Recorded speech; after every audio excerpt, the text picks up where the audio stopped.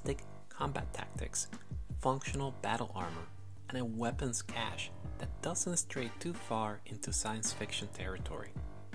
A secret war being waged against alien invaders who are bent on taking over the world. A small, isolated group of highly trained fighters who are leading the counterattack against the aliens with limited resources and support. With 51 episodes airing between 1994 and 1995, Blue Swat, the 13th entry in Toei's Metal Hero series, was an ambitious TV show that tried to set itself apart by taking a more realistic, gritty approach to its story and world building than its predecessors. Blue Swat's story centers on three protagonists, Shaw, Sarah, and Sig. Shaw is the series' protagonist. Hot-tempered and optimistic, he is the heart of the story.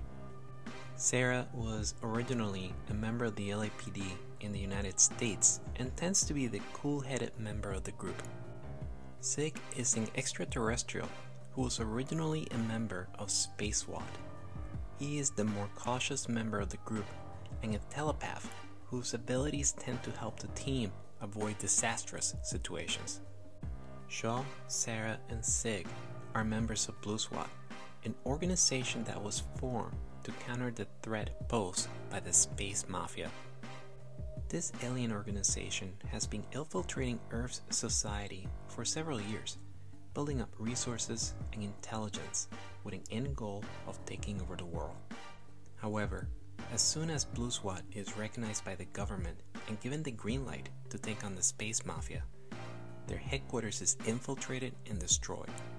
The sole survivors of the attack, Shaw, Sarah, and Sig, must now fight a secret war against the alien invaders without the resources and support of Blue SWAT.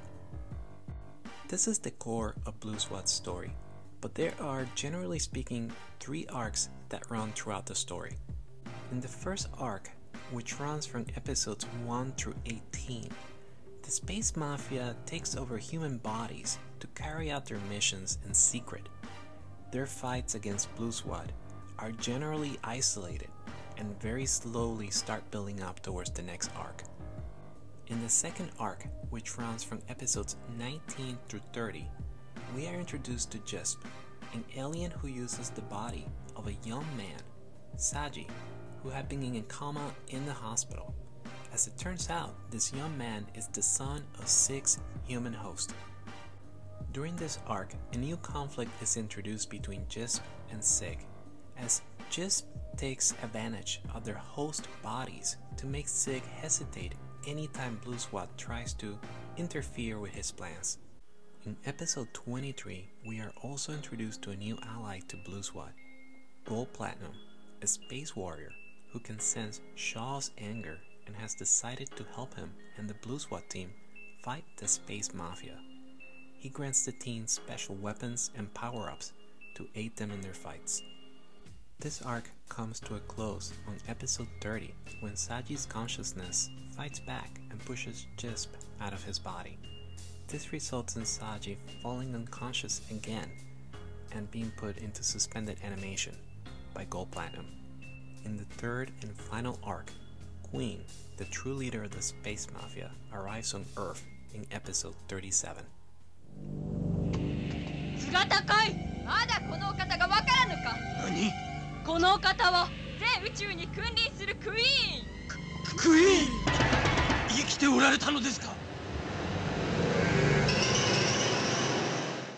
During this final phase of the story, the show's presentation transitioned to something that feels closer to the older Metal Hero series.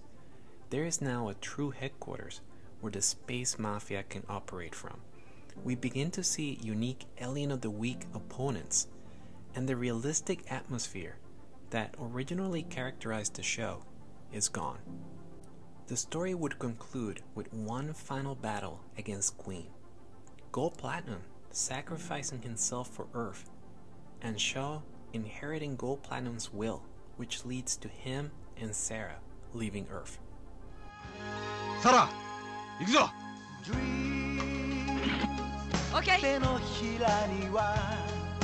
銀の恋一つあれば夢さえあれば Blue Swat was originally designed and produced to appeal to a slightly older demographic than previous metal hero shows.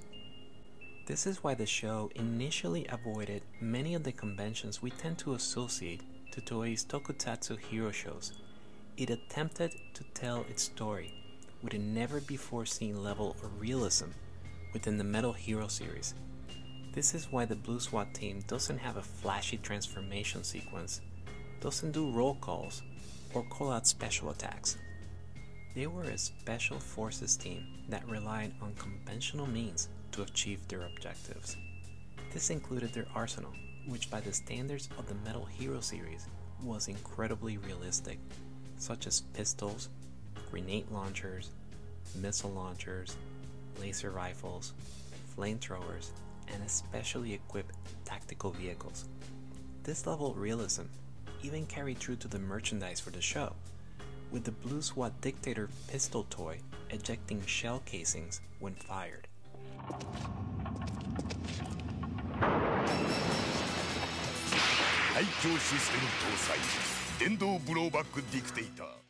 Thematically, it's still a science fiction show that centers on the war between space aliens and humans with special tactical gear.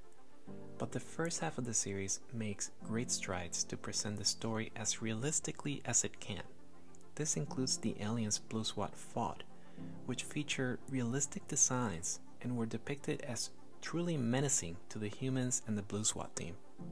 However, as appealing as this direction was, Blue SWAT ended up losing a key demographic in the ratings, younger viewers who typically drove merchandise sales. This led to production changes that would expand Blue SWAT's appeal and help it regain traction in the ratings.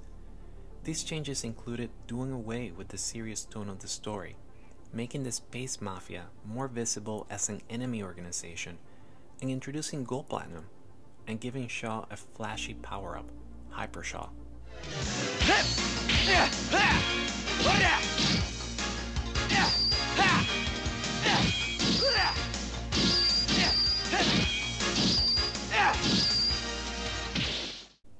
These changes led to the second half of the series feeling closer to the tone of previous entries in the Metal Hero series, but putting it at odds with the first half.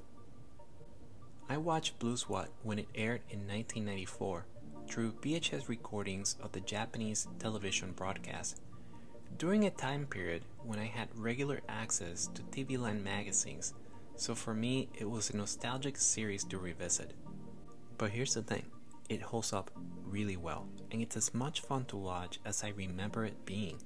The tactical combat, the armor and weapon designs, the music. To me, this is peak Metal Hero.